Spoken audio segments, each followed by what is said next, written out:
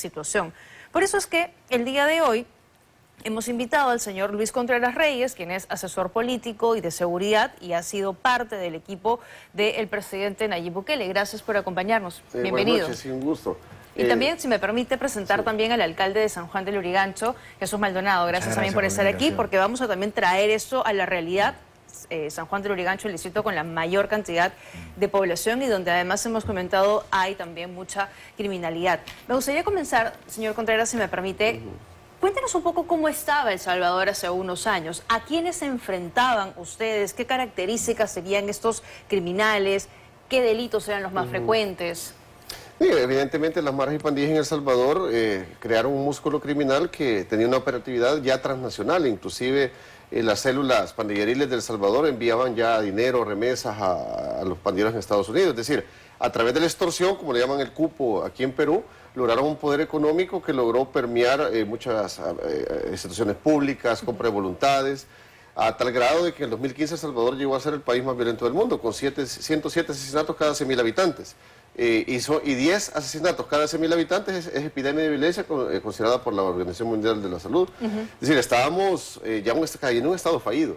Y las pandillas no solamente generaban violencia homicida, sino que extorsiones, desplazamiento forzado, violaciones, y se habían ampliado en todo el territorio nacional, que es de 21.000 kilómetros cuadrados. Que es un poco lo que estamos viendo aquí también, ¿no? Sí, la aquí extorsión es uno de los principales problemas. Exacto, yo tengo 2 años de estar viniendo a Perú a diferentes eventos en el tema de seguridad, en conferencias, y del 2017 la violencia homicida en Perú ha venido en aumento hasta el 2025, es decir, en lugar de reducir ha ido aumentando, al igual que la extorsión.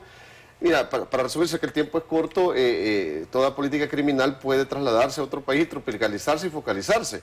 ¿Por qué? ¿Por qué lo digo de esta manera? Porque por mi experiencia en seguridad ciudadana, en criminología, básicamente la extorsión la tienen ustedes, los asesinatos también. Lo que va a variar, obviamente, es el tiempo de implementación, porque es un país más grande, evidentemente. El Salvador ha sido 4 años, básicamente, en los que se ha logrado, a través de también un régimen de excepción, neutralizar la operatividad de las pandillas, porque algo que hay que tener muy claro, que el crimen no se elimina, sino que se neutraliza.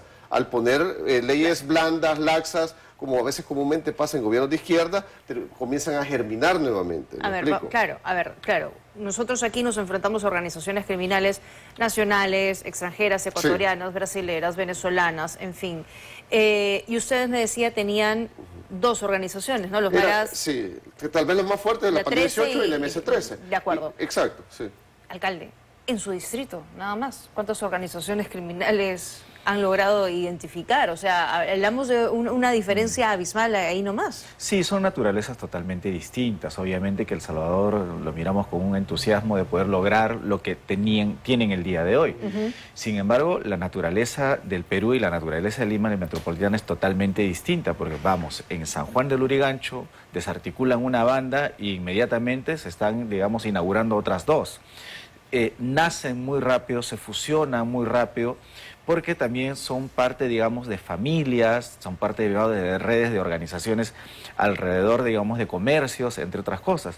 Te comentaba sobre este fenómeno peligrosísimo de jóvenes menores de edad, que ya no son parte de las organizaciones criminales que le dejaban un dinero muy poco para dejar la granada, para dejar la extorsión. Ahora se han organizado, son bandas organizadas, son extorsionadores.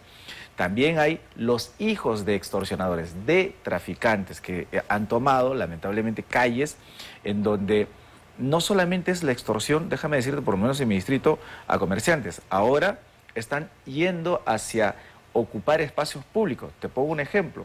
En un barrio muy querido por mi parte, porque yo he crecido ahí, Huáscar, van y se apropian de la loza deportiva. Ahora ellos la alquilan. Así están las cosas. Entonces, y hasta viviendas, ¿no? Y hasta viviendas. Entonces el fenómeno va mutando muy rápido. Y muta muy rápido porque pasa estas cosas en el gobierno, que cambia un ministro y se sienten en comodidad, se sienten, digamos, con una flexibilidad muy grande de actuar, porque las políticas no son continuas, no son sostenidas y no son efectivas, que es lo que siente cualquier delincuente que está en sus actividades delictivas y dice, acá no va a pasar nada, ¿no es cierto? Tenemos a los comisarios que están cada día peor, tenemos el gobierno que cada día está haciendo agua, tenemos una presidenta que está enfrentando denuncias todos los días. Entonces, claro, la situación es compleja y es diferente evidentemente a lo que usted nos está comentando. Entonces, eso que nos cuenta el alcalde es la realidad que vive el país. ¿Qué propone? Sí, lo que pasa es que en El Salvador estaba similar. Digamos, las pandillas se habían apoderado de los territorios, algo que en Seguridad Ciudadana se conoce como estados vacíos. Porque el Estado es incapaz de brindar seguridad pública, algo que la Constitución le obliga básicamente.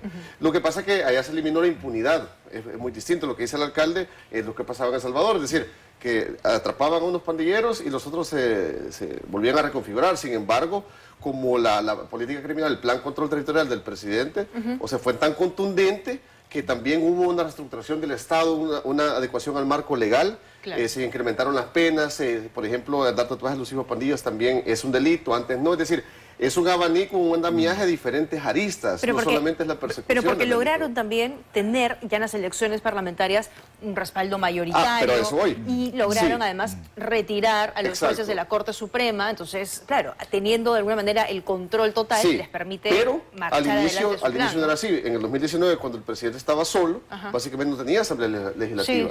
Pero aquí quiero llegar con esto, porque un país así como Perú, que están de cara a unas elecciones, es un escenario similar. Es decir, de los potables candidatos a la presidencia, ¿cuál maneja un discurso que pueda ser contundente para poder, digamos, ser un referente y que el voto posteriormente se vuelva también racional? En El Salvador se volvió racional. Claro, pero además usted habrá visto, acá tenemos más de 40 partidos inscritos, o sea, probablemente la persona que gane la presidencia no tenga ni respaldo mayoritario. Pero así pasó en El Salvador también, es que eso quiero llegar, pero cuando con un discurso, por eso es importante, por ejemplo en el foro, que participaron varios militares, es segunda vez que coincido con el congresista Quiabra, realmente una persona que tiene la idea muy clara al respecto. Y cualquier país, un ejemplo, sea el que sea, necesita una persona que lidere, que conozca sobre ese tema, para crear un efecto de contagio y que después en unas elecciones de congresistas, van a retomar los senadores y de alcaldes, sea similar a lo que pasó en El Salvador. De acuerdo. Solo para aclarar, la diferencia entre Perú y El Salvador es que las elecciones congresales no se dan al mismo tiempo que las presidenciales, no se dan en periodos diferentes. No, acá sí, acá se dan en conjunto, por eso quería aclarar. Sí, acá se dan en conjunto. Claro, y eso ayuda a equiparar mucho la balanza con respecto al tema presidencial, que era una de las discusiones que se había hecho ya antes que se haga esta mala reforma, porque no es una reforma, con respecto a todo el sistema electoral. Lamentablemente el Congreso ha creado un sistema electoral para que el gobierno que continúa sea peor que el anterior. Y esta reforma del sistema electoral te permite, por ejemplo, antes que las empresas privadas financien las campañas políticas. Entonces vas a tener un grupo de empresarios, un poder económico que tiene una bancada, y no van a querer que metan con sus intereses. Y que vas a tener a los mineros informales, a las AFPs, a las telefónicas, que nunca quieran legislarlo. En El Salvador pasó que, por ejemplo, las empresas telefónicas contribuían con toda la información para dar con los delincuentes. Aquí le tenemos que rogar para que puedan por lo menos geolocalizar. Entonces, lo que miramos el día de hoy frente a El Salvador con cierta entusiasmo es que también hubo algo muy grande que hizo el presidente Bukele: unificar un solo discurso y una sola necesidad y un solo objetivo de país. Un líder que se comió el pleito, ¿no? Exacto. En sencillo. Y menciona usted a un congresista que luego voltea a la izquierda y los insulta. Y luego a su bancada les parece muy bien. Y tienes a la izquierda con la misma cosa, que voltea hacia la derecha y lo único que tiene son agresiones y esta distancia que al final termina desdibujándonos a nosotros como Cuéntame del plan de control territorial que comenzaron a aplicar, para ver qué cosas se podría de una u otra manera también traer acá al Perú. Sí, por ejemplo, inicialmente fue el equipamiento, inicialmente también incentivos laborales, económicos más bien, en la labor policial, paralelamente al salario. La fortalecieron mucho, ¿no? Se le dio un bono adicional. En ese momento yo formaba parte de la Academia de Policía y lo puedo decir con propiedad. Estuve 15 años y viví el fenómeno a nivel de cerca.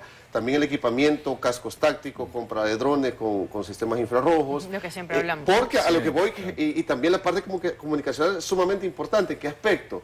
Porque lo sabe comunicar el presidente de El Salvador, por ejemplo el SECOT.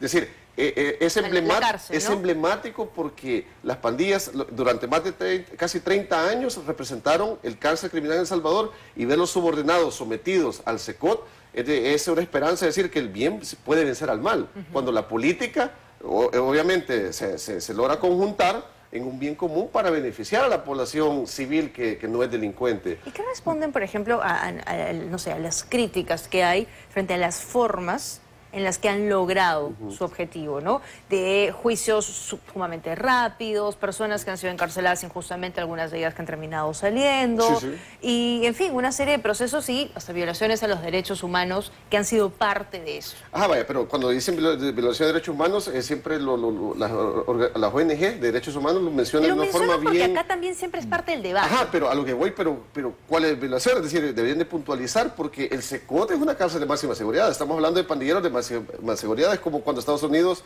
encarcela al Chapo Guzmán, por ejemplo, que no puede ver a su familia. No, de acuerdo, pero me refiero a la parte de haber enjuiciado, hacer procesos tan rápidos que han terminado, digamos, encarcelando personas inocentes.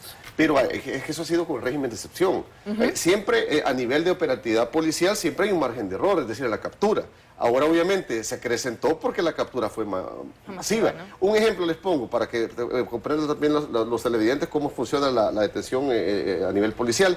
Tengo un amigo que tiene barberías. Detuvieron a un barbero de él. Salió a los 3 meses después. ¿Pero por qué lo detuvieron? Porque la hermana de él era novio de un cabecilla de pandillas. Es decir, la policía hace una detención preventiva. Es decir, los policías no son Mandrake el mago para decir este sí, este no. Es decir, a través de la investigación policial, obviamente después la persona queda en libertad. Un ejemplo, Estados Unidos, que es una democracia que admiramos todos, que las instituciones funcionan, han condenado a muerte a personas inocentes. Es decir, hay un margen de error que obviamente lo que se busca es minimizar ese margen. De acuerdo. Alcalde, ¿cómo ves eso?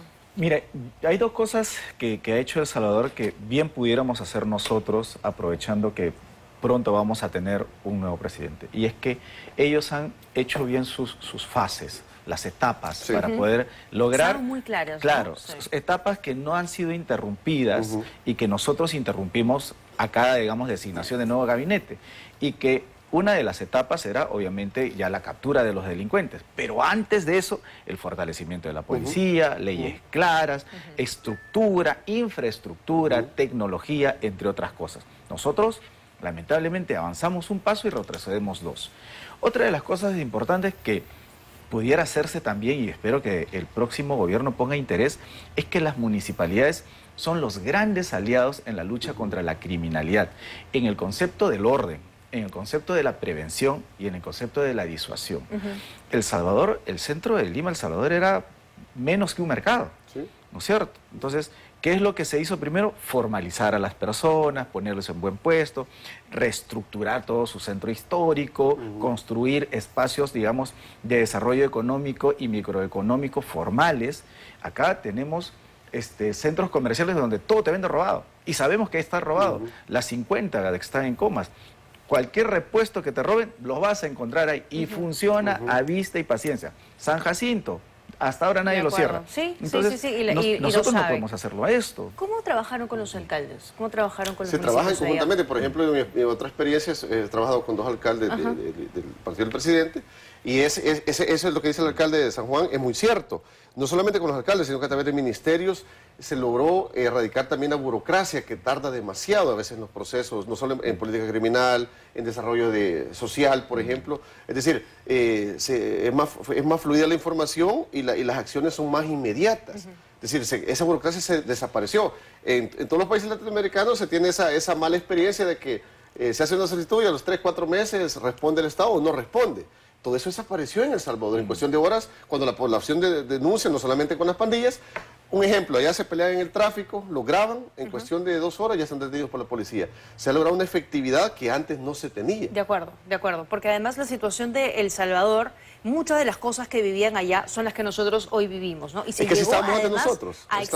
Exacto, se llegó a extremos durísimos. Recuerdo esta noticia en la que se incendia un bus de transporte público, también 2013. Que dio la vuelta al mundo porque fue atroz lo que ocurrió en ese momento. Pero usted que viaja con frecuencia a Perú, que conoce la realidad de ese país, ¿por qué las cosas aquí no funcionan? Es por la misma cuestión, no hay una voluntad política de un liderazgo que logre ese contagio también a nivel de congresistas. Aquí básicamente estaban como estábamos antes nosotros, antes de la elección de Bukele y sus diputados, en el aspecto de que se habían entronizado muchos diputados en el puesto, aquí llamémosle congresistas, y dejar pasar. Es eso, hasta que generó el voto de castigo en el 2021, cuando se barrió la asamblea y la mayoría que tenía la izquierda, por ejemplo, en El Salvador desapareció, no tienen ni diputados ni alcaldes. porque fueron en los gobiernos de ellos donde más se recrudeció la violencia de las pandillas, donde quemaron el autobús, claro, donde desmembraban a personas. Me explico. Hemos llegado, esta anécdota la quiero contar, porque eso jamás imaginamos que iba a suceder. Con el alcalde con el que he estado trabajando, tanto incentivó inclusive a los mismos familiares de entregar a sus propios hijos pandilleros. Hubo una señora que tenía 3 hijos y le llamó al alcalde, se comunicó con la alcaldía. Mi hijo menor es un hijo sano, los 2 mayores son pandilleros con tatuajes en las caras. Les acabo de dar cena, les metí una pastilla para dormirlos, vengan a traerlos con la policía. Y los entregó a los pandilleros. Me explico, antes no veíamos eso. Es decir, hasta las mismas familias han entregado a sus hijos por ser pandilleros para que no corrompan a los hijos menores. Señor Contreras, habla algo importante, ¿no? O sea, evidentemente había necesidad de la ciudadanía porque la gente, las cosas cambian, pero hubo un voto de castigo también, ¿no? Que acá no sabemos qué va a pasar el próximo año en las elecciones, pero sería interesante verlo reflejado también. Sí, ahí es importante el papel que van a jugar los medios de comunicación, el papel que va a jugar la ciudadanía en su capacidad de reflexionar, y va a ser importante también que algunos referentes que no participen, digamos, directamente de una elección, por lo menos puedan alzar su voz. Yo he visto cómo en otros países la sociedad civil tiene una manifestación clara sobre las cosas. Aquí más bien hablamos a media voz y muchas veces nos ponemos de acuerdo en cosas que ni siquiera deberíamos tener que discutirlo públicamente. Y yo creo que esta elección, no quiero ser pesimista, pero la verdad que las cartas ya están echadas, ya está el sistema construido, ya hay 40 partidos políticos, ya las empresas pueden financiar los partidos políticos, ya eliminaron, digamos, las elecciones primarias como para por lo menos elegir de lo peor algo que nos pueda por lo menos acercar a una solución. Esto está mal hecho, de verdad está mal hecho. Y los responsables son el Congreso de la República, que el único ánimo que han tenido es su continuidad. Y eso dice muy mal de nuestra clase política el día de hoy. Gracias, alcalde. Muchísimas gracias también, señor Contreras, por habernos acompañado. Muy gentiles por haber estado esta noche aquí. Tengo que